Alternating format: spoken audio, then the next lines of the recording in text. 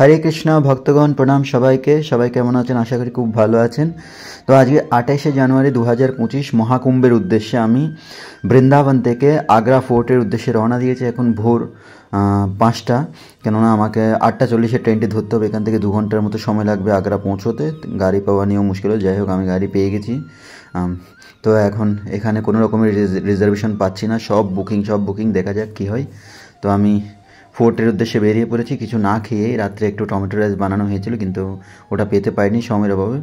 তো দেখতে থাকুন। হরে কৃষ্ণ শ্রী ভক্তগণ, বৃন্দাবন ব্লগের পক্ষ থেকে সবাইকে শুভেচ্ছা এবং অভিনন্দন। শ্রী বৃন্দাবন ধাম কি জয়, রাধা রানী কি জয়, ঘোর প্রেমানন্দে। তো 1 বছর পর বৃন্দাবনের বাইরে যাচ্ছি। তো ভেবে নিয়েছি রথযাত্রার সময় যাওয়ার খুব অভিলাষ আছে। আমি রথযাত্রার সময় একবারও যাইনি জগন্নাথপুরীতে, অন্যান্য সময় গেছিলাম। তো দেখছেন AC, second class, first class কোনো কিছুই পাচ্ছি না, স্লিপার, শুধু এই জেনারেল নিয়ে এখন বেরোতে হচ্ছে। তো ভেবে নিয়েছি একেবারে আপনার প্রয়াগরাজ দর্শনের পরে মায়াপুরে যাবো ভাবছি। মায়াপুর নবদ্বীপ দর্শন করে আসবো একেবারে। আপনারা অবশ্যই চ্যানেলটি সাবস্ক্রাইব করে যুক্ত হয়ে যান। এটি হচ্ছে আগ্রা ফোর্ট। সকাল সকাল ভোরে উঠে একদম চলে এসেছি। কালকে রাত্রে আমি টমেটো রাইস বানিয়ে রেখেছিলাম যাতে প্রসাদটা পেতে পারি, তাও পেতে পারলাম না, এত কম সময় ছিল। তো সবাই অনেক অনেক ভালো থাকবেন। কুম্ভতে গিয়ে দেখা হবে সবার সাথে। তো ভক্তগণ, এখন আমি আগ্রা ফোর্টে আছি। এটি হচ্ছে প্রবেশ দুয়ার, মেইন 1 নম্বর প্ল্যাটফর্মের দিক দিয়ে। পাশে কেল্লা আছে, আকবরের কেল্লা, তার কিছু পাশে আপনার আগ্রা তাজমহল আপনারা দেখতে পাবেন। এটি হচ্ছে ওয়েটিং রুম, মানে জেনারেল ওয়েটিং রুম, এখানে আপনি অপেক্ষা করতে পারেন। তো এখন আমি প্ল্যাটফর্মে দাঁড়িয়ে আছি। তো আমাদের ট্রেনটি যেহেতু এই প্ল্যাটফর্মে দাঁড়ানোর কথা ছিল, কিন্তু ওটা 2 নম্বর প্ল্যাটফর্মে দাঁড়াবে, 1 নম্বরে নয়। পরবর্তী আমরা জানতে পারি এটা 2 নম্বর প্ল্যাটফর্মে। তো আমি দেরি করে ব্লগটি রিলিজ করছি, কেননা আমি তখন সময় পাইনি। তো একবার জগন্নাথপুরে গেছিলাম, আমার মনে আছে যে জেনারেলে কত কষ্ট। তো আমি ভেবেছিলাম জীবনে আর কোনোদিন জেনারেলে যাব না, কিন্তু শেষমেশ আমাকে জেনারেলে যেতেই হচ্ছে, কোনো উপায় নেই। দেখছেন প্রচুর পরিমাণে ভক্ত এখানে বসে আছে, সবাই প্রয়াগরাজেই যাবে। তো কিছু করার নেই, কষ্ট করে যেতে হবে, বেশিক্ষণের সময় নেই। अरे गुरु इसको उठा ले कोई।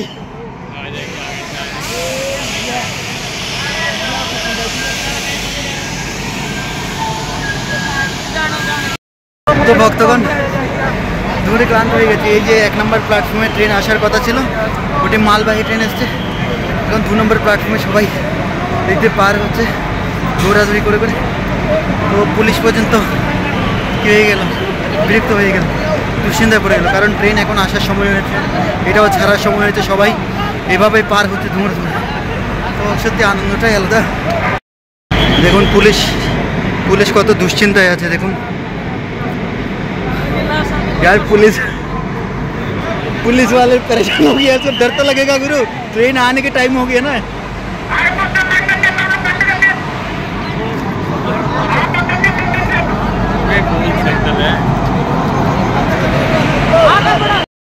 তো ভক্তগণ দেখছেন প্রচুর পরিমাণে ভিড়, এখানে হাজার লোক এখানে পুরো আগ্রা ফোর্টের মধ্যে ভিড় করে আছে। এটি যোধপুর থেকে ট্রেনটি আসছে। এটি প্রতিদিনের ট্রেন 8:40 থেকে, আগামীকাল সকাল ঠিক 5:55 দিকে ওই ট্রেনটি আপনাদের হাওড়া ছেড়ে দেবে। এটা প্রতিদিনকার ট্রেন, যারা জানেন না তারা অবশ্যই জেনে নেবেন। ট্রেনটি প্রতিদিনই এই ট্রেন যাই। সন্ধ্যায় আরেকটি ট্রেন আছে আজমির থেকে আসবে, সেই ট্রেনটি শিয়ালদা অবধি যাবে। এটা ডেইলি 2টো ট্রেন থাকে। তো আপনারা দর্শন করতে থাকুন, খুব আনন্দ হচ্ছে। তো ভক্তগণ, এটি ডেইলি ট্রেন, 2টো ট্রেন থাকে আগ্রা ফোর্ট থেকে। একটা হচ্ছে 8:40 ছাড়বে আগ্রা ফোর্ট থেকে, ওটি হাওড়া অবধি আগামীকাল, তারপরের দিন 4:55 ঠিক পৌঁছে যায়। আর পরে সন্ধ্যায় 6:55 দিকে একটি ছাড়ে, যেটি আপনার শিয়ালদার দিকে যাবে।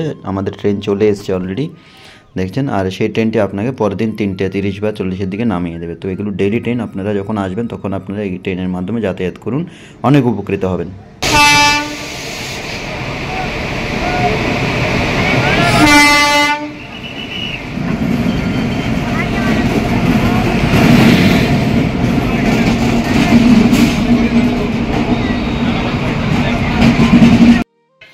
তো ভক্তগণ, আপনাদের কি বলবো, সেদিন যে আমি কত কষ্ট পেয়েছি সেটা শুধু আমি জানি। যতগুলো দরজা, সব কটা দরজা বন্ধ করে রেখেছে ওরা, কারণ ওরা এখানে জেনারেল, এসি যত। হরে কৃষ্ণ ভক্তগণ, দেখছেন ড্রেস খুলে নিয়েছি, পুরো দম বন্ধ হয়ে যাচ্ছিল, এত কষ্ট হচ্ছিল, বিশ্বাস করবেন না। চারপাশে এখানে কোথাও যাওয়ার কোনো রাস্তা নেই। দেখো আরে ইয়ার রাস্তা भी नहीं है। তো জেনারেল টিকিট করেছি, কিন্তু এখানে এসি স্লিপার যাই আছে সবগুলো জেনারেল। এখন কোনো রিজার্ভেশন নেই।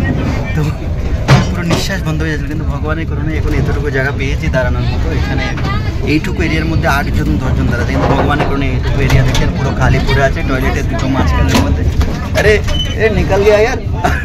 তো যাই হোক, সবার হয়তো অভ্যাস আছে, কিন্তু প্রচুর পরিমাণে ভিড়। এখন সামলানো খুব মুশকিল হচ্ছে, উঠতেই পারছিলাম না। পুলিশ মানুষকে এত বকা দিচ্ছে, তোমরা ভিতরে যাও ভিতরে যাও ভিতরে যাও, দরজা খুলতে দাও। কেউ দরজায় খুলতেই পারছে না। শেষে পুলিশ আর কী করবে, পুলিশ চুপচাপ দাঁড়িয়ে পড়ছে। অনেক কষ্ট করে উঠেছে, অনেক কষ্ট করে। তো যাই হোক, চ্যানেলটি সাবস্ক্রাইব করুন, আপনাদের অনেক কষ্ট করে ভিডিও বানিয়ে দেখাচ্ছি।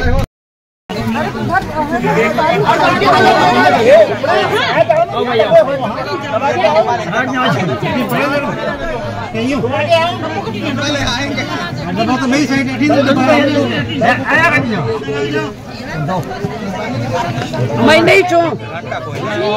Mày đi chung.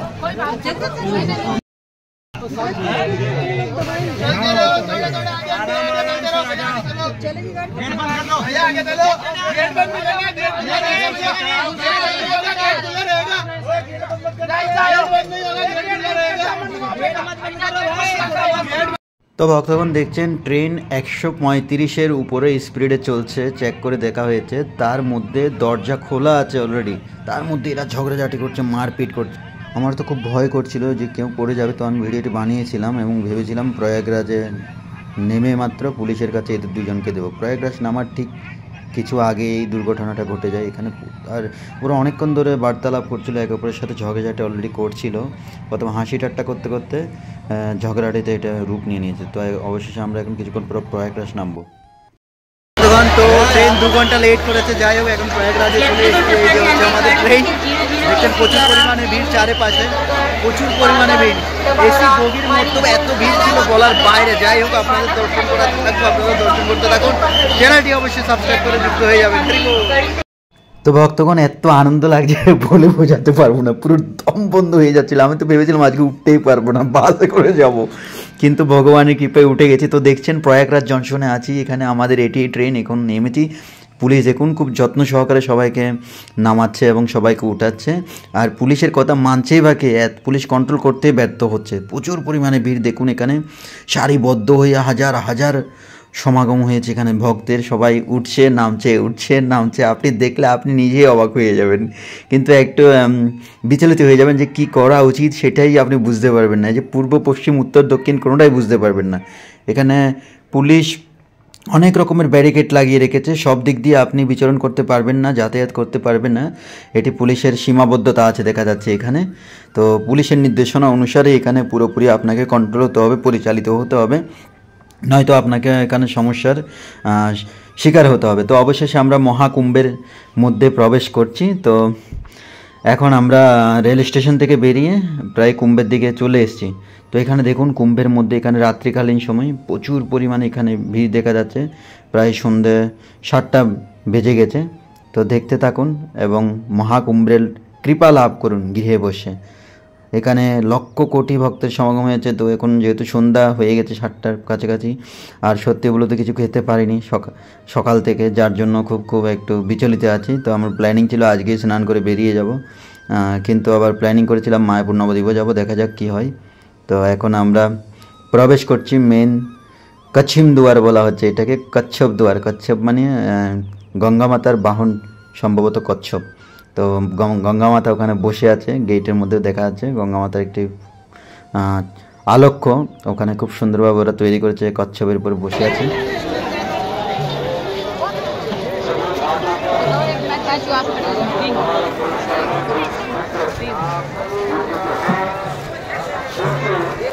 তো বর্তমান দেখছেন এখানে যে যেখানে পারছে সে সেখানেই রাস্তার মধ্যে বসে পড়ছে, রাস্তার মধ্যে শুয়ে পড়ছে। আমরা প্রায় 40 কিলোমিটারের কাছাকাছি রাস্তা আমরা হেঁটে হেঁটে এখান থেকে এসেছি। আমি এর আগেও সঙ্গমে এসেছিলাম, এত সময় আমার লাগেনি, গাড়িতে করে 10 থেকে 12 মিনিটের মধ্যে পৌঁছে গেছিলাম। কিন্তু এখানে তো এখন বাবা সেই 5:30 থেকে শুরু করে এখন পুরো 8টা বাজতে যায়। আর এখনও হাঁটছি। দেখুন এখানে আমি 19 নম্বর সেক্টর খুঁজে বেড়াচ্ছি, 19 নম্বর সেক্টর যেখানে ইসকনের ক্যাম্প রাখা হয়েছে, আর ক্যাম্পের মধ্যে গিয়ে প্রসাদ পাবো, কেননা খুব খিদে পেয়েছে। এখন 19 নম্বর সেক্টর খুঁজতে আমি ক্লান্ত। বলছে পোলটা পার করুন, পোল পার করেই তারপর আপনি 19 নম্বর সেক্টর পাবেন। তো এখনও এই সেক্টর খুঁজতে যে কত ঘন্টা আমার পেরিয়ে গেছে আমি বুঝতেই পারছি না এখন কি করব। তো যাই হোক, এখন আপনারা দেখতে থাকুন, কেমন লাগছে আপনারা অবশ্যই মতামত জানাবেন। তো অবশেষে আমরা পোল পার করছি, এই হচ্ছে সেই পোল। তো এরা সঙ্গমের মধ্যে স্নান করছে। তো আমি ভাবলাম এখন নয়, আগামীকালকে করব, কিন্তু সেটাই আবার সবচেয়ে ভুল সিদ্ধান্ত ছিল। আমি একটু গাধার মতো কাজ করেছি। সঙ্গমে আমার সেদিনে স্নানটা করে নেওয়া ছিল। হরে কৃষ্ণ ভক্তগণ, অবশেষে মিশন সাকসেসফুল। এখন 29 তারিখ সকাল 5:30, স্নান হয়ে গেছে। 12টা ডুব লাগিয়ে নিয়েছি ফটাফট করে, যেহেতু ব্যাগ আছে, ফোন সব কিছু আছে এখানে। এটিএম কার্ডটা অনেক তাড়াতাড়ি করে করতে হয়েছে। তো দেখি প্রচুর ভিড়, সঙ্গমে কাউকে ঢুকতে দিচ্ছে না। তো যাই হোক, গঙ্গা থেকে ডুব মেরে নিয়েছি। তো আপনারা অনেক ভালো থাকবেন। আপনারা মানসিকভাবে গৃহে বসে দর্শন করুন, সুযোগ পেলে চলে আসুন, অবহেলা করবেন না। এটা 145 বছর পর আমরা পেয়েছি, তাই এটার লাভ উঠানো প্রত্যেকটা ভারতবাসীর কর্তব্য। যারা দেশের বাইরে আছে তাদের জন্য অনেক দুষ্কর, কিন্তু আমরা পবিত্র ভারত ভূমিতে থেকে যদি আমরা এই লাভ না উঠাই, তাহলে আমাদের চেয়ে নিকৃষ্ট আর কেউ হতে পারে না। হরি বল। আর সবচেয়ে বড় বিষয়টা হচ্ছে, দেখুন এটি কোনো এখানে সবাই ঐক্যবদ্ধ হয়ে হুই হাই এসব নয়। অ্যাকচুয়ালি এখানে অনেকগুলো সাধু সমাজের মধ্যখানে আমরা কি করছি, সঙ্গ লাভ করছি। তো সেটা অত্যন্ত ভাগ্যের ব্যাপার। জয় জয় জয়। হরে কৃষ্ণ ভক্তগণ, স্নান কমপ্লিট হয়ে গেছে। যাই হোক, তো ভাবছি বৃন্দাবন ফিরে যাব, কেননা এখানে প্রচুর পরিমাণে ভিড়ভাড়। গতকাল আমি খুব ভয়ঙ্কর পরিবেশের মধ্যে এখানে এসেছি, আর রাত্রে এখানে থাকা অনেক অসুবিধাদায়ক হয়ে গেছে। তো এখন এখানে কোথাও কোনো রকমের সুবিধা নেই, গাড়ি প্রচুর পরিমাণে ভিড়, কোনো রকমের সিট নেই, কোনো রকমের উঠারও কোনো পরিবেশ নেই, এত ভয়ঙ্কর পরিবেশ। তো ভাবছি পরেই যাবো একেবারে। এখন এই কুম্ভ মেলার উদ্দেশ্যে পুরো যতগুলো ট্রেন আছে, যতগুলো সড়ক পথ আছে, সবগুলো অবরোধ আছে, সবগুলোতে খুব ভিড় চলছে। তো সেক্ষেত্রে ভাবছি বৃন্দাবন ফিরে যাওয়াটাই বেটার। তো সবাই অনেক ভালো থাকবে। হরে কৃষ্ণ। তো ভক্তগণ, এখন সময় ভোর 5:30টার কাছাকাছি। তো স্নান সেরে এখন বৃন্দাবনের উদ্দেশ্যে বেরিয়ে পড়ার জন্য এগুচ্ছি।